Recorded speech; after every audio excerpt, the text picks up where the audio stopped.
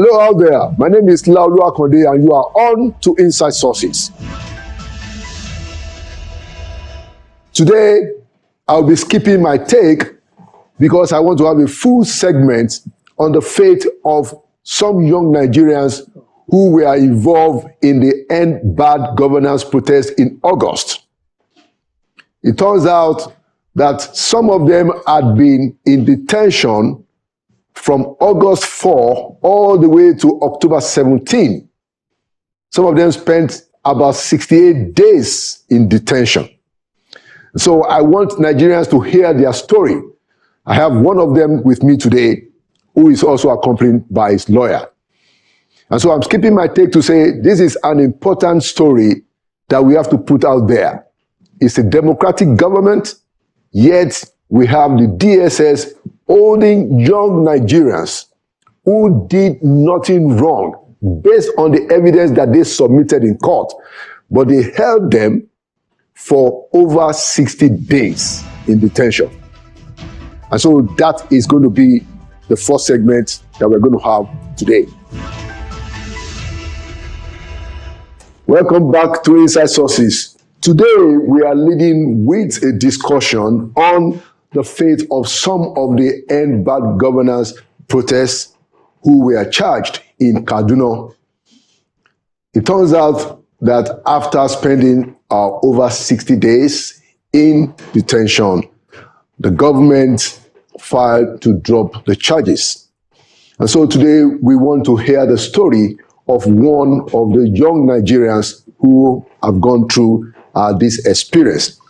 And so I have with me today Mr. Khalid Aminu, a young Nigerian engineer based in Kaduna, who was actually in detention for 68 days. Khalid, welcome to Inside Sources. Thank you for having me. All right.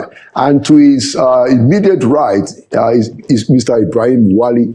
Mr. Ibrahim Wali is the attorney for Khalid and some of the other defendants in the case. So let's just start like this, just so our audience can understand what it is. So there was this End Bad Governance protest in August. You were part of the organizers in Kaduna now. So take it from there. What happened to you? Okay, it was the third day for the protest, for the End Bad Governance protest, day 3. And I came out, I met some people out, like some of my co-organizers. And we got to talking. We saw people like out protesting and all. And I was like, these guys are doing it all the wrong way. So we were speaking, I was asking him. What were they doing wrong way? I mean, some of those out were holding sticks and okay. Yeah. And I was like, how can we sanitize this? I was speaking to my friend. So we got to discussion, then we finally concluded that the best way or the best thing to do was maybe get some loud voice so that you can actually get the message out there so that people, because in as much as we want to believe that people know how these things work, how they need to protest, sadly, most people don't. So I felt and assumed that as my task to actually enlighten my fellow young Nigerians on how to go about peaceful protest. And that was how we decided to get a DJ. This was on day 3. Day 3. Yes. So that was how we decided to get a DJ and get some speakers and mics. Okay. Yeah. On that day 3. On that day 3. And then a small truck that will convey those items. Okay. Yeah. So I was holding the mic and the sound was a bit louder so people can hear out the message I was passing. And the message was, this is how you are supposed to protest. You don't need any weapon. You don't need to insult anyone. You don't need to vandalize anything. Just bring out your message, bring your placards.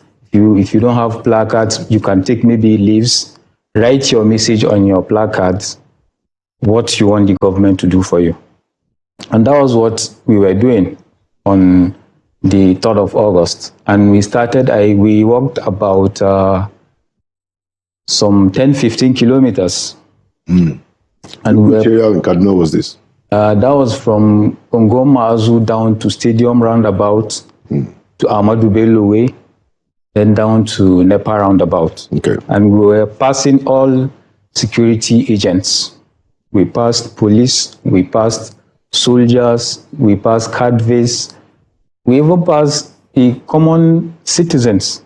And all we were seeing were applauds. The police were applauding us. Like, this is how people are supposed to go about their peaceful protests. Like, you are not supposed to disturb anyone. We were properly organized, and we were going and passing all these security Was agencies. it a live crowd by now? Yeah, as we were moving, the crowd was picking up. Okay. So, to our surprise, we passed Stadium Roundabout. Then we were on our way to Nepa Roundabout. We got there. It's like they were waiting for us there. Who? The DSS. Okay. Yes. They blocked us at the Nepa Roundabout, and they parked all of us. I think they came with about more than 10 Hilux and SUVs. They parked all of us. How many of you will you estimate? I think they parked about 11 or 12 Okay. at that moment to their office. And so what happened to the car, that you used to? They packed compare? everything. They Okay. packed those of us they could get. They packed all of us. They packed the car, packed the speakers, packed everyone they could get. And then they drove us down to their command. Okay. Did you notice during the procession, through some of those streets that you mentioned, that there were people in the crowd that were waving flags and, as it was alleged in the church? No, there wasn't. Actually, it was until we got out, that was about 2 weeks ago, that I heard of the Russian flag. So you didn't see anybody flying the flag among the people that were in your own crowd? Not even among my people. Like, all over Nigeria, on the 3rd day, that was 3rd August, Right. there was nothing like a Russian flag or anything like that. That was until the next week. I think that was on 5th or 6th, was when the Russian thing picked up. Happened. Okay, so that was the day they arrested you, Yes. and since that day, they kept you for the 68 days. Since that day, That was August. Do you remember August the- 3rd. So that was August 3rd. August 3rd. So they kept you in detention from that day till when? From August 3rd to this month, 17th of this month. October 17th. Yes. Wow. So you were in detention, and three of you, Not 3 of us. because I saw Well- that in the charge it's actually 3 of you that Yes. drove the charges. While we were in detention, like, they kept bringing in more and more and more people. Okay. So the number accumulates to about 39 of us. Okay. And you were detained in the premises of DSS, not the police. No, DSS. So for the 68 days, you were in the custody of the DSS. For the 68 days, no, minus 1 week. Okay. So where were you in that 1 week? 1 week we went to the correctional facility in Kaduna, because then we were taken to court. Okay. And the case was adjourned. That was on 10th 10th of this month. October. So Yes. that 1 week was when the thing was coming to an end. Yes. Okay. All right. So just so we understand what happened. So you were picked up on the 3rd of August. Yeah. And then you didn't get your freedom back until this month. That's October. Yes. This month. All right. So let's take it to the attorney, and then we come back to you. So in terms of the law, in your view, was there any justification for the arrest and detention for that long? Because at least, I think most Nigerians understand that if you're arrested within 48 hours, you have to be charged and stuff like that. So tell us. So what happened in terms of the law, and what ought to have happened?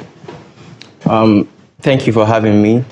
First of all, I would have to say unequivocally that there was no justification for even arresting them ab initio. That is even before the detention itself. But obviously, they have the right as a government agency that operates under the law to arrest and investigate upon probable cause. But the Constitution is clear that when you arrest a person within 24 hours, you ought to take the person to court. And where you don't have a court within a 40-kilometer radius of the precinct, then you have 48 hours. So that was the first infringement. Obviously, there were many infringements by law. The same Constitution, within 24 hours, you ought to have been told what offense you have been committed, and you ought to have been extended your rights to contact your relatives, your representative, and everything that the law provides for, which it wasn't provided to them. So they weren't told what they did wrong. Not within the time that the law prescribes. Yes. The Administration of Criminal Justice Act goes further to say that, okay, where you need to investigate further, you can get a remand order for 14 days. You ought to have filed a motion ex parte and forms, and then, show probable cause, and the court is going to give you 14 days for remand to carry out your investigation. Where you still need more time, you make the same application again, and then the court would give you 14 more days.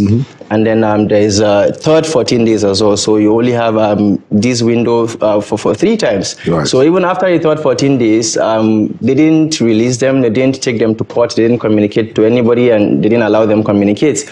But even the first 14 days, or the first, second, and third, this is just me, saying what the law is, but we haven't seen any remand order to that effect, in fact, gotten from the court. And we had applied to the magistrate court, to the state high courts, to the federal high courts in Kaduna, and none of them had any, case file of that nature that, they gave a remand order legally. But also outside of that, after so much pressure, they decided to, take them to court on the 3rd of October. Which was now like after 50 days. Way after 67 days or so. 3rd of October. Sorry, Anthony. So they were in detention without any charge. Without any charge that we knew of, or that they knew of. For almost 60 days. Yes. Okay.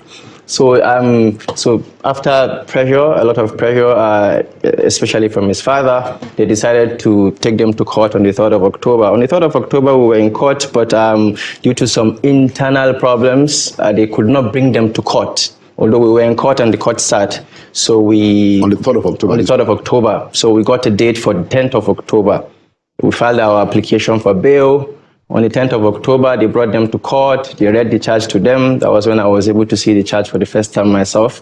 They read the charge to them. They pleaded not guilty. That was on the 10th. On the 10th. But they had released them on the 7th.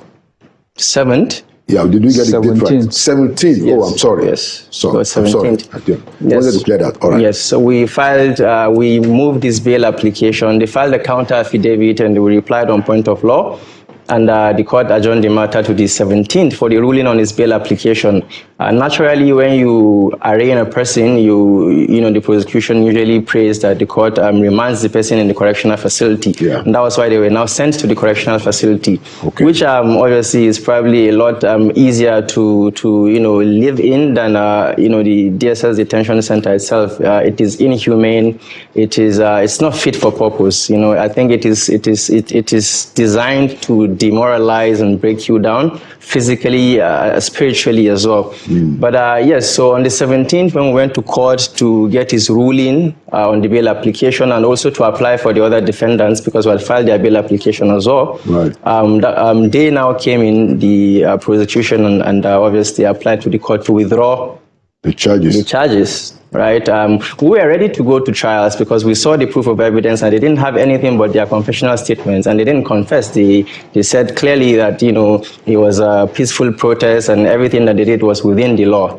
Protest is legal, by the way, and the court said in AMPP versus the IGP that it is indeed the responsibility of the security operatives, that is DSS, police, whatever it is, to protect the protesters while they are protesting, and also protect the lives and properties of citizens who aren't part of the protest. So even if you are to, embark on a protest, and then, maybe there are some miscreant or maybe, some rioters, it is still the duty of the police to protect you. Not the rioters. So they failed in that duty, and they want to transfer the protesters. Not the protesters, rather. Yeah, so they failed in that duty. Not the protesters. The riot is just an example. I don't think that there was any riot, but just as an example, if there may be vandalism or destruction of property or life, whatever it is the duty of the police or the security operatives to prevent that, not that of the protesters. I see your point. Yes, if you look at the charge sheet, they claim that, they went out without lawful authority. In that same case, the court made it very clear, and it even struck down some provisions of the Public Orders Act that you don't need an authority to exercise a fundamental. Yes, so yes. All right. So let me come back to Khalid. So Khalid, you are an engineer. For how long have you practiced as an engineer? I've been in practice for about 9 years now. Okay. So what is your experience in detention for over 60 days? Can you tell Nigerians, can you describe what happened to you? Well, there are some drawers that you really don't want to go back to unless it's necessary. And in this case, it is, because what we went through was inhumane. I can't even begin to tell you everything. I can just tell you a few things, and then you can put the pieces together. So that day, on the 3rd, they arrested us at the NEPA roundabout. There and then they started beating us. There and then.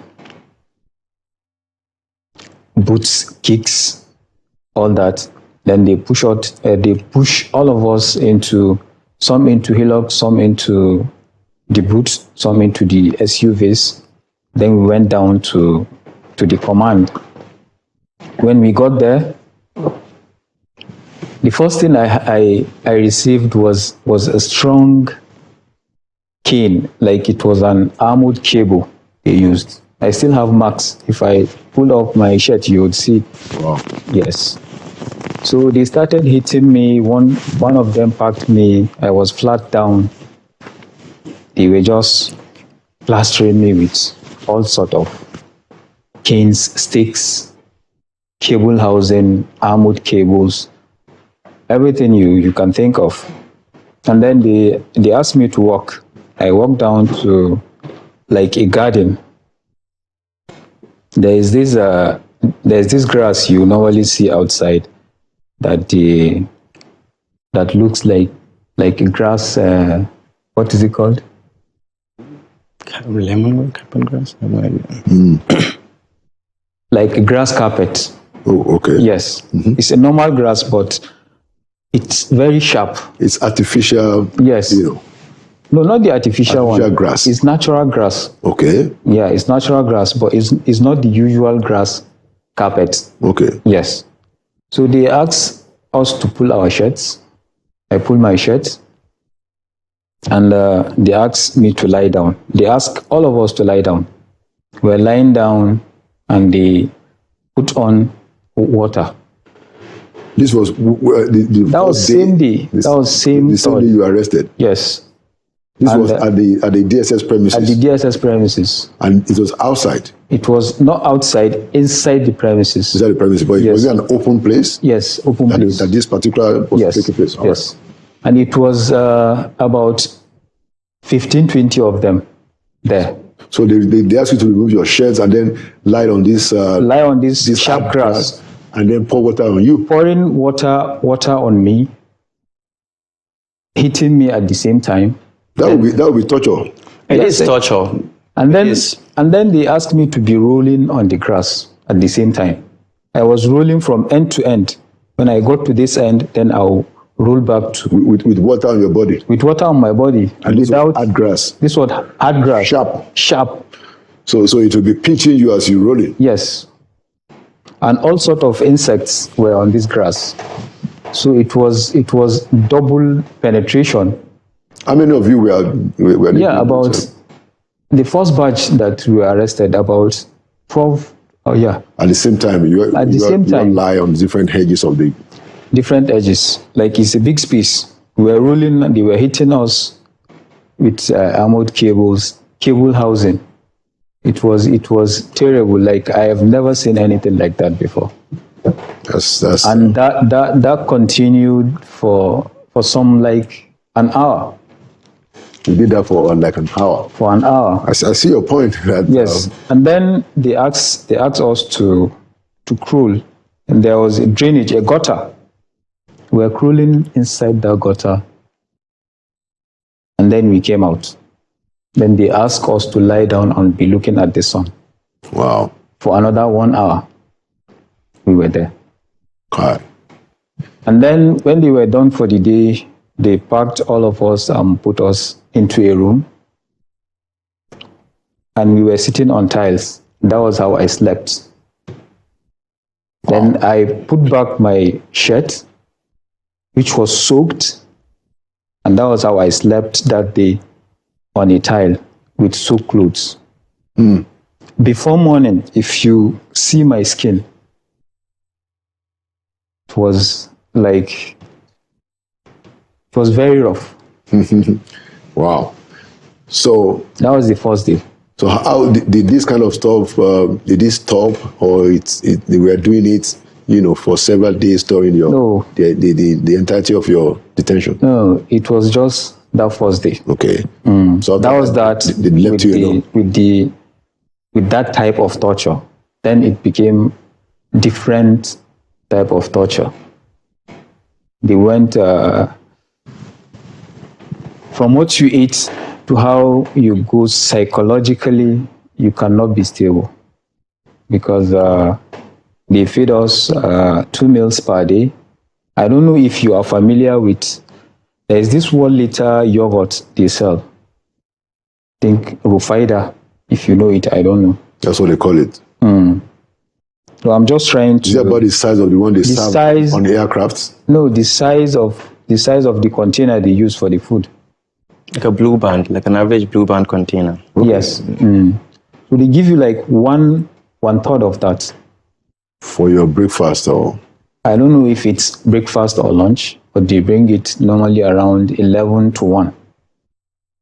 And that will be your first meal? That will be your first meal. Then you have 1 wrap of swallow, either 2 eba, anything swallow, which is also no more than this size. And that's what I ate for those over 60 days. Yes. Interesting. Well, the important thing is that we want the government, to understand, to realize what had happened. Because I have worked in government and I know that it's possible that even people at the helm of affairs may not even have an idea of some of these things. And that's why it's important to bring your story out. Because you have a president who is, who has a long record as a Democrat. And that's why we felt that it's important for your story to be told. So, are you aware that the president on October 1st, gave a speech where he proposed, incidentally, you were still in detention at that October 1st, where he proposed as a means of some kind of response to the end bad government's protest, in my view, to say that, look, let's have some kind of a national youth conference, and we want to talk to young people. Okay, so the protest happened in August, and the president came in his October speech to say, independence speech, to say that, look, let's have a youth conference. It will seem as if he's trying to reach out to young people. What do you think about that? Did you find out about that eventually? Firstly, I'm just hearing about that just now that you mentioned. Yeah, because you are in detention. Yes, I was blacked out for 11 weeks, I had no contact with the outside world, no contact with my family, no contact with my legal rep, nothing. I was just in there. Like, the only thing I hear from outside is the call for prayer. That's the only outside communication I got throughout that period. So there is no way I could have gotten this information. But I think is a welcome development. But my position would be he waited too long, because this protesting could have been avoided if the intention was there. Could have been avoided, because we were talking about it for some 2-3 months ahead. And if the government were serious about this thing you mentioned just now, they could have brought it forward ahead. Yeah. And all this could have been avoided. But then they just stood and think it's just business as usual, because that's essentially how Nigeria is run. It's run. Yeah. Anyway, because of our time, we got to wrap up. We would like to stay in touch with your case, and see how it goes, especially now that the charges have been dropped. I guess maybe the question actually is to ask the lawyer, so what is the state of play now in terms of their fate? The charges have been dropped. Is this case over, or what else is happening? Mr. Wali. Yes, thank you. The effect of their withdrawal before they called their witness is that the court obviously would discharge the defendants and strike out the case. But obviously the effect of a striking out is that they can always come back to court. They can always charge them to court where they feel like, there's a need to charge them to court. But what we are saying is simple. From their proof of evidence, from the way the charge is drafted, you see that they don't have any case. You bring 3 people. Initially, there were 19, but they amended the charge sheet, and I don't know what happened to the 16, so it was 3 of them. You bring 3 people, and you accuse them of conspiring to, assemble unlawfully. But these people never even knew each other. You don't have any evidence that shows that they knew each other. You don't have any evidence whatsoever, apart from their confessional statement where they denied all the allegations and they didn't say that they know each other. And you also speak about unlawful authority, and the law is clear that they don't need any authority. So as it stands, the reality is that they can decide to charge them to court again, but we want to believe that they wouldn't do that. In fact, it's our belief that if the government had conscience, they would naturally obey the Constitution and offer them apologies and compensation before they even decide to pursue for it. But I don't think that is going to happen. But yes, we don't expect any charge to be filed again against them, but we definitely know that they have the rights by law to refile the charge, considering the nature of the striking out. We wished that the case, had proceeded, because we looked at the proof of evidence and we felt like it would be helpful, to get the court to again re-emphasize that protest is a legal right. And it doesn't matter, by the way, whether the government came out with their communique earlier, that is the president. This is a static right. This is maybe in Puritan. Even if everything was fine in Nigeria, you have the right to come out and protest, to express yourself. You have the right to associate and to assemble. So this right must be guarded, regardless of the extraneous matters and circumstances around it. This strict right must be guarded as it is. Okay. Thank you so much, Mr. Ibrahim Wali and Mr. Engineer Khalid Aminu. I hope that you can get yourself together and continue to be the professional that you are, and also a patriot. Hopefully we will be able to build a strong, better country. That's why we're here, and we believe that under a democratic government, led by an elected president, we will see less and less of this infringement on individual rights. So thank you for coming to Inside Sources. Thank you for having us. Thank you. Inside Sources will be right back. Welcome back to Inside Sources. As we continue the conversation on the future of Nigeria today, I have another young, eminent Nigerian with whom I will also engage on the conversation on the future of our country. His name is Mr. Oluseun Onibide. He is the co-founder and director of Budget. Seun, you're welcome to Research Sources. It's a pleasure being here today. Thank you very much. Thank you for coming. Right. So, if you look at where the country is today, and I hope your response will also reflect some of the dynamics of the narrative among the younger generation of our emerging leaders. Is Nigeria going in a direction that will deliver that greatness that we all believe is the destiny of our country? Oh, that's a great way to start. Let me say that we are not taking the difficult decisions, but we are making some important decisions. If you look at us, I mean, this is a great country that God blessed with a fortune, and that fortune is oil and gas in copious amounts. I mean, the largest reserves in the continent. What we have done with that oil and gas over the years, we did not manage it well. It's as if you inherit a building from your dad and you choose not to paint it, not to manage it. You just showed up every single year and you took rent. And over the years, that created a culture. It created a rentier culture. Everybody is in government and is thinking I have just 2 years, 4 years. I might even have 3 days because I could be fired at any point in time. So you are trying to take as much as possible from the system. So there is it creates this rentier, this extractive mechanism. And I think that's what we have created over the time. That even the oil and gas that we have, when you had countries like UAE, Qatar, Saudis, they were ramping up production. I mean, it's in our face now. US went from around 7 million barrels and went all the way to 13 million barrels recently with shale production and all of that. We did not invest. We did not do enough to want to manage what has been bestowed upon us. We're actually struggling with 1.6, 1.4. 1.3 million barrels. By the time you adjust that for condensates, we're practically doing around 1 million barrels. And also because over the years, we felt that was going to be enough. But as population expanded, as appetite for foreign goods expanded, it was clear to us that oil was no longer enough. So it's something that's now created a cascade of challenges for us down the line. Economic, fiscal, macroeconomic. And the question we're going to ask ourselves is, there are two issues that have happened recently. The removal of the fuel subsidy, because that's what, and also the exchange rate parity.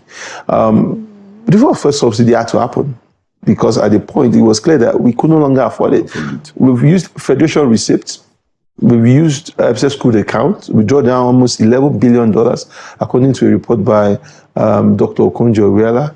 Then we took also Euro bonds. That was even then, between 2011 and 2014.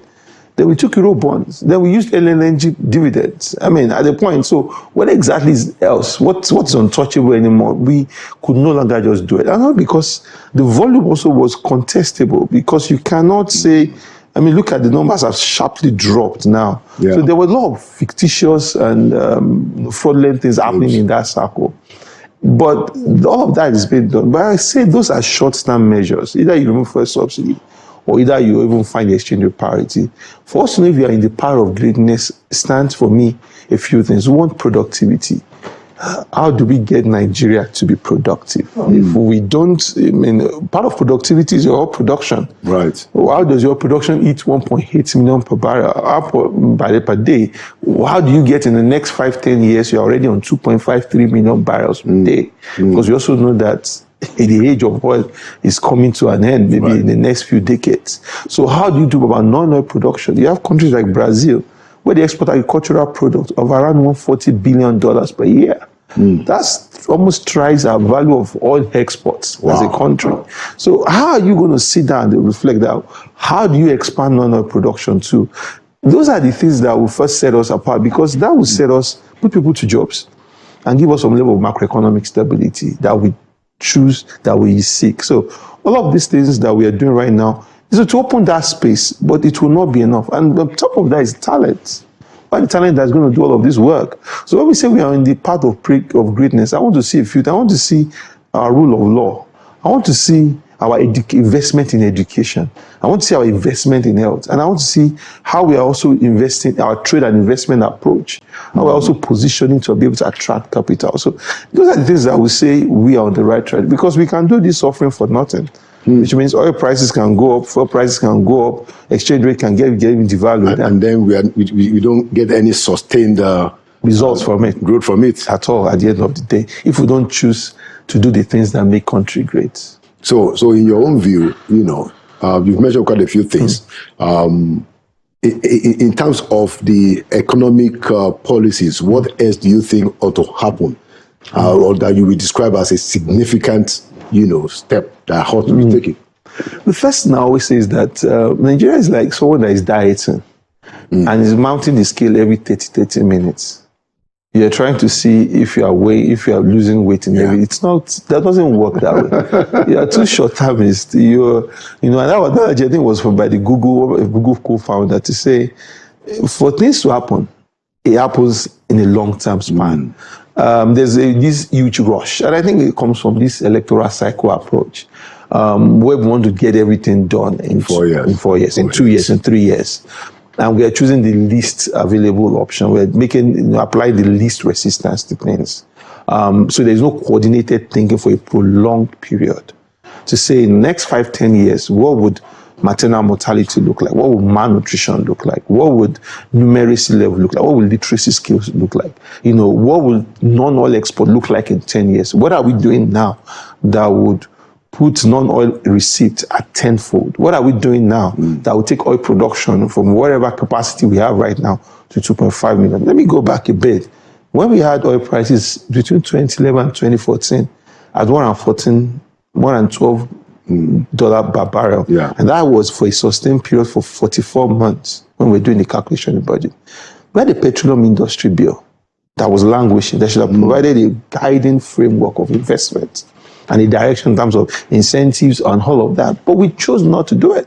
And we left all of the money on the table. We even had the royalty clause that was written in 1993 that we could have amended to get a couple of more funds. We did not do that. So in some sort of way, just because we didn't really think ahead, it looks like oil money was gushing at that point. It just seemed that it was enough. So for me, for us to be able to do anything proper, we will have to think long term. And there are going to be institutions that are going to be set in terms of a long-term, to drive long-term delivery. So even if you make Olusegun the president tomorrow, he's only fulfilling a component of that long-term vision. If America says, we're sending somebody to the moon, if you like, you kill the president, the man will still get to the moon.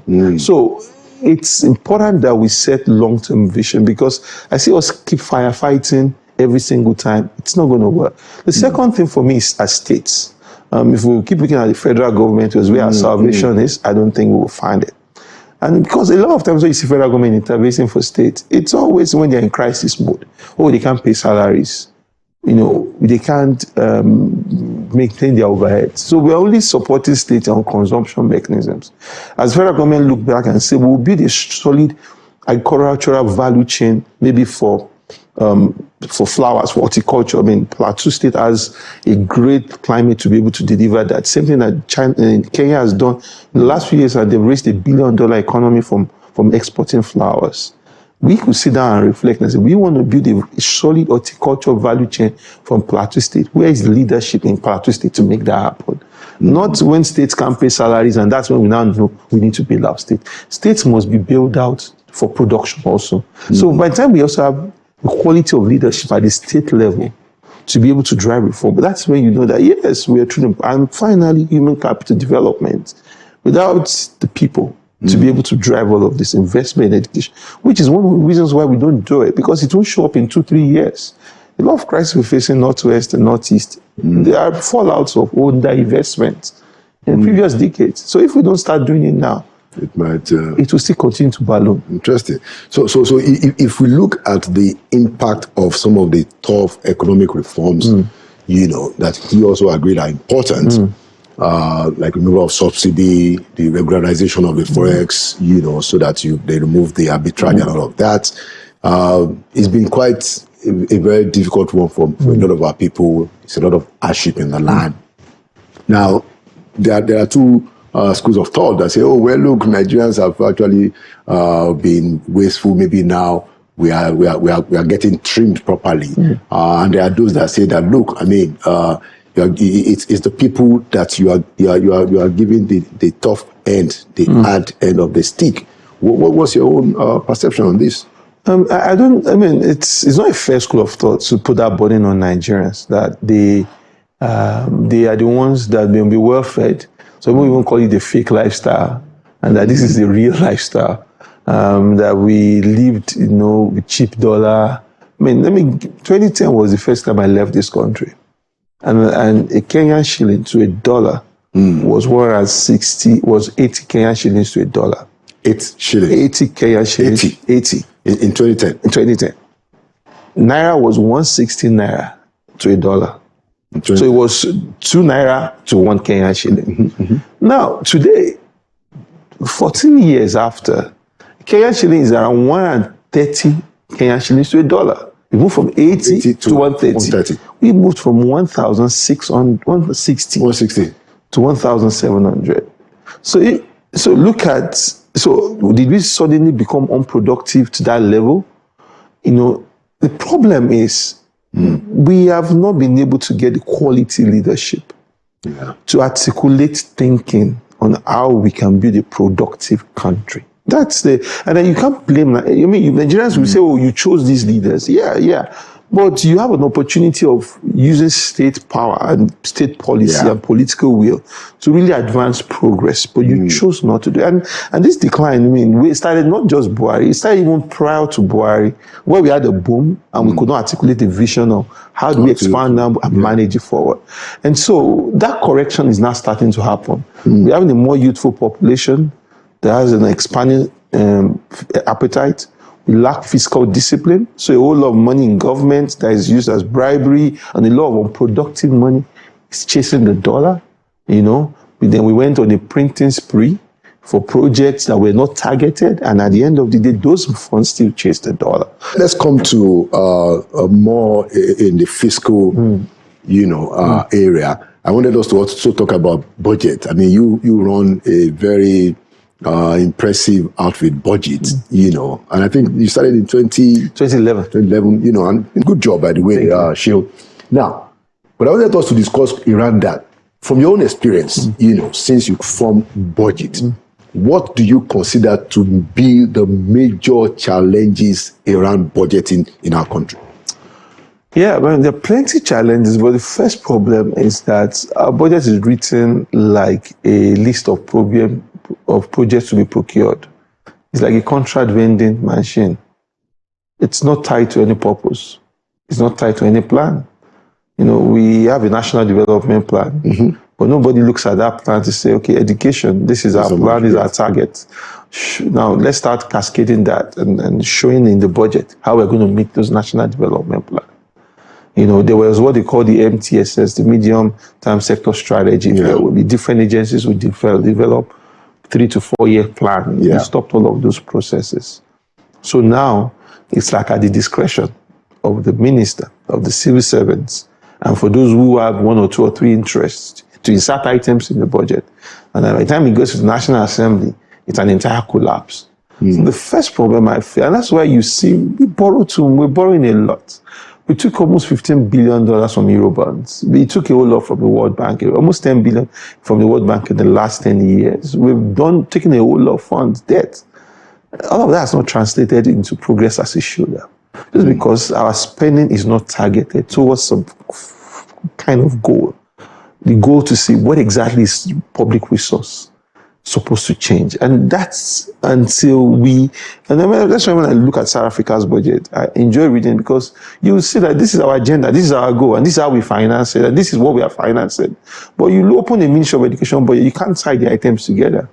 And by the time now have insertions from the National Assembly there, you can't even make sense of the budget. You will see an atomic agency distributing maternal kits. You will see them trying to do human rights sensitization. So you don't really see, there's no plan in the budget.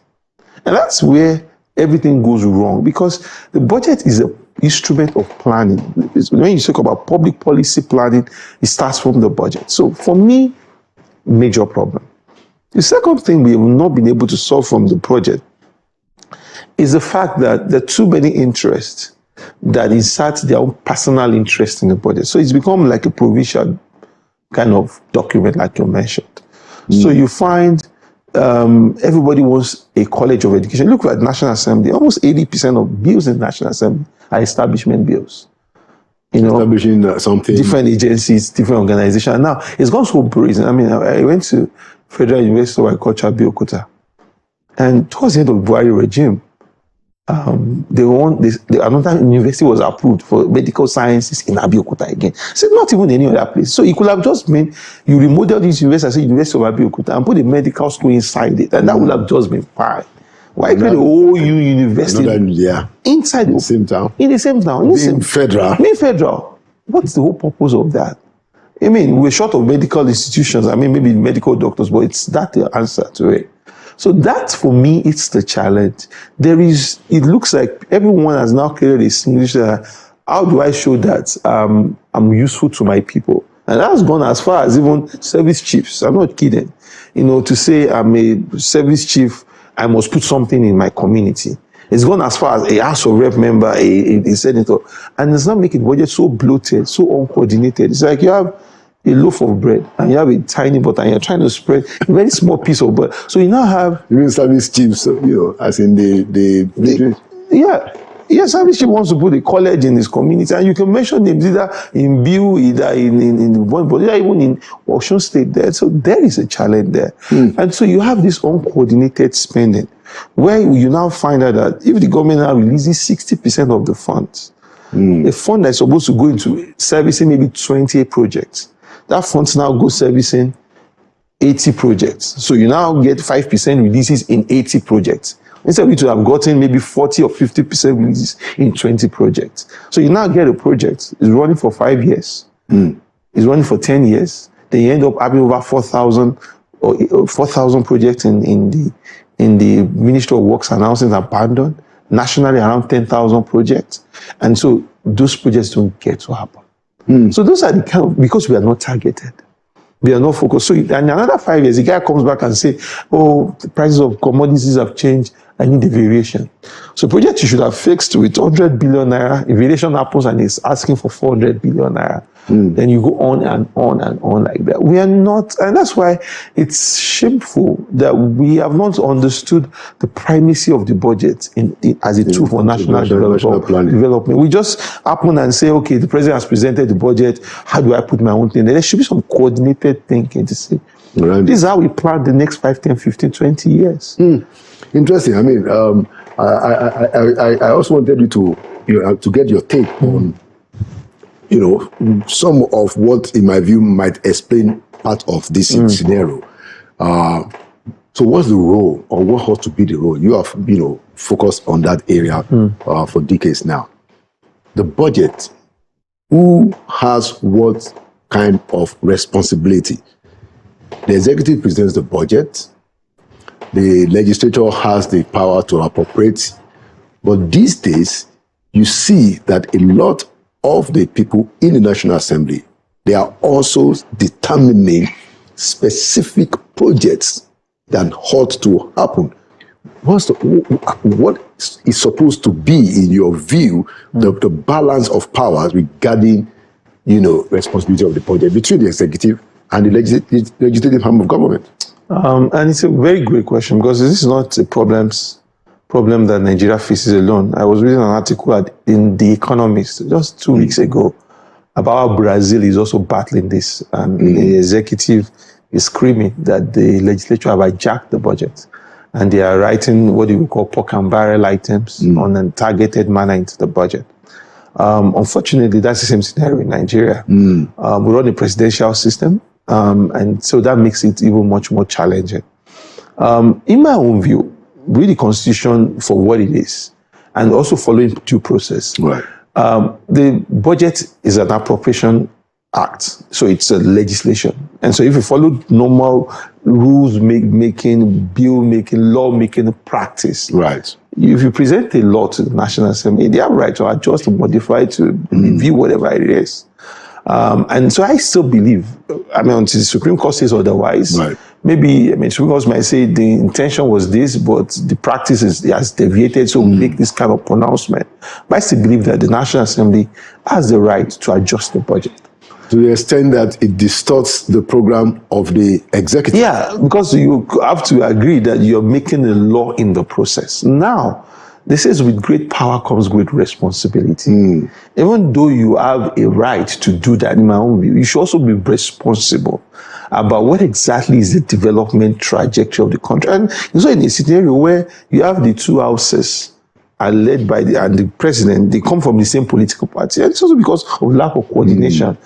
They're supposed to be committed to the same agenda. Yes. But that is not happening anymore. You have a situation where, and it's interesting, your take on it, because, and it's true that, you got to think about it in a very hard way. But my experience has been that the executive branch of government seems to be the one that is more organized around what has to be done. Exactly. They have the bureaucracy. Yeah. As a matter of fact, there's supposed to be a national development plan, that has been negotiated around the country that everybody is trying to fit into. So if you had that, and then you now present a plan, somebody comes from the National Assembly and says, no, put this there, just like you said, we have a lot of crane. I think one of the stuff I was doing, is buying, is it borehole? You have an agency that has nothing to do with supplying reproductive health kits. So I think that it is the fact that the people in the National Assembly have, quote unquote, and I use this responsibility, abused powers, the process that has led us to a situation where the budget becomes consistently distorted. And I think the executive has not pushed back. Let's not forget that in the previous years, prior to Buhari's government, the budget was always delayed. Sometimes it went as far as May, June. Just because of this constant pushback. But recently, we went to this spree of we want the budget to be signed on the first day of January. And so because of that, we've discounted. I don't think it's a good thing. If you wait an extra 1 month, and you get it right, what's the worst that can happen? Okay. Let the executive see, and I think the budget should not just be the show that we get when the president presents the budget. There should be some form of intergovernmental meeting ahead of the budget. The president sits, the Senate president sits, the House of Reps sits, the appropriation committee sits. I'm interested, they're all APC members. What is the vision of our party? Those were the things we got in the regional times when we had the parliamentary system. Either Chief Awolowo was the premier or not. Obafemi Awolowo was still built in 1962 when he was no longer premier, because those things were set in the agenda of the party.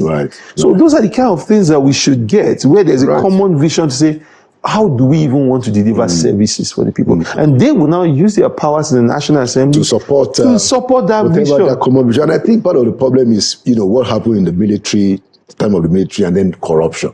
Otherwise, because if you look at our parties, there are no ideological differences of any kind. So APC wins, everybody moves to APC, PDP wins, everybody's even thinking like them. Anyway, one last question because of our time that I also wanted to get your take on regarding budget. So the envelope system or the zero budgeting system, do you think, one is better than the other, and which one do you think is best for our developmental aspiration? Two things I want to say. One is, based on the previous question, I think there should be a tweak in it. So some countries that they've said you can tamper with the current side of the budget, but the capital project should not be tampered. So they put an extra legislation on it. And I think we're due for that. Or even say constituency budget, let's put a cap. You want to put something in the budget, but 5% cap of the capex is what you're allowed to adjust. So that we know that at least there's a 95% that is within the control of the executive that is setting the vision. And I think that also comes back into either we do zero-based or envelope. I don't like zero-based budgeting because I believe that it's cumbersome. Tried it, but it was thoroughly frustrating. It's cumbersome, especially for a government that has to think on a long term. Because that means every single time we have to keep putting the budget on zero basis and say we keep justifying. If you want to build a road, it might take 4 or 5 years. The envelope-based budgeting that we do is fine, as long as we're able to tie it to some form of planning. To say, we look at education, and this is how much we need to invest in education in the next 10 years, and this is how much it is going to be for right now. America has some targets till 2030 already. So irrespective of if Biden is president or Trump is president, they're going to do. Those obligations will be fulfilled. And that's why even the US, that we took this presidential system for, they have what they call mandated spending, that even the Congress cannot tamper with it. So then there are now some adjustables that you can now put a few items to. So those are the kind of things we have copied the system, but we have not thoroughly learned from it. And we are just constantly abusing it for personal purposes. Okay.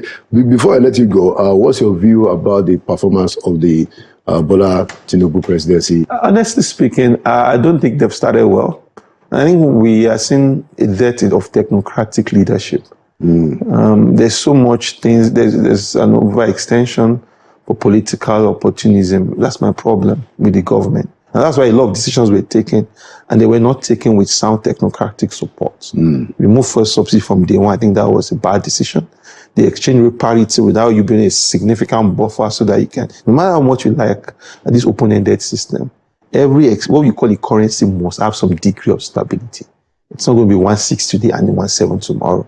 You don't see that anywhere in the world where currency just fluctuates randomly like we are having it right now. So I feel that he has to go back and reflect. Do I want to govern or do I want to do politics? Because even look at his cabinets, there's still a lot of dead weights in the cabinet. Even after the reshuffle. What do you think about the reshuffle? It's welcome, but you added 7 ministers, you removed 5. First problem. No, well, you know that Betedu was suspended and I think Lalong left. So 7-7. So personally, if you are putting that in the way aggregate, I felt like he was already reducing them by this one. But to be honest with you, I felt like there are too many. There's still at least 5 to 6 people that you can look at, and I think the people that were taken off. Right, those were right decisions. Some of them we've looked at them from our farm, say you're not doing right. But I think there's still more people in the system that it needs to take out. And really, these days where we had an Okonjo, an Obi, an El Rufai, Soludo, we need to have that kind of technocratic thinking, technocratic core. And you expect that, I mean, sorry to cut you. I mean. This is the kind of thing that a lot of people expected from this president based on what he did in Lagos. That we have a technocratic-driven cabinet. But no time's up, because Nigeria is a large place with so many competing interests. And I think the politician in him has grown from 1999 till now. Well, as somebody said, to become the president of Nigeria, you have to compromise a lot. Yeah. Thank you so much, Shehu, for coming to Inside Sources. It's a pleasure. Thank you for your contributions here and your contribution to national development. Thank you so much. Thank you for the work that Budget has been doing and continues to do. Thank you. Thank you so much. It's a pleasure. And there you have it, another edition of Inside Sources today. Like we always say, Nigeria will prevail. We believe it. That is why we are here, and we will not relent. My name is Laura Kode. And by the grace of God, I'll see you at the next edition. Thank you for watching.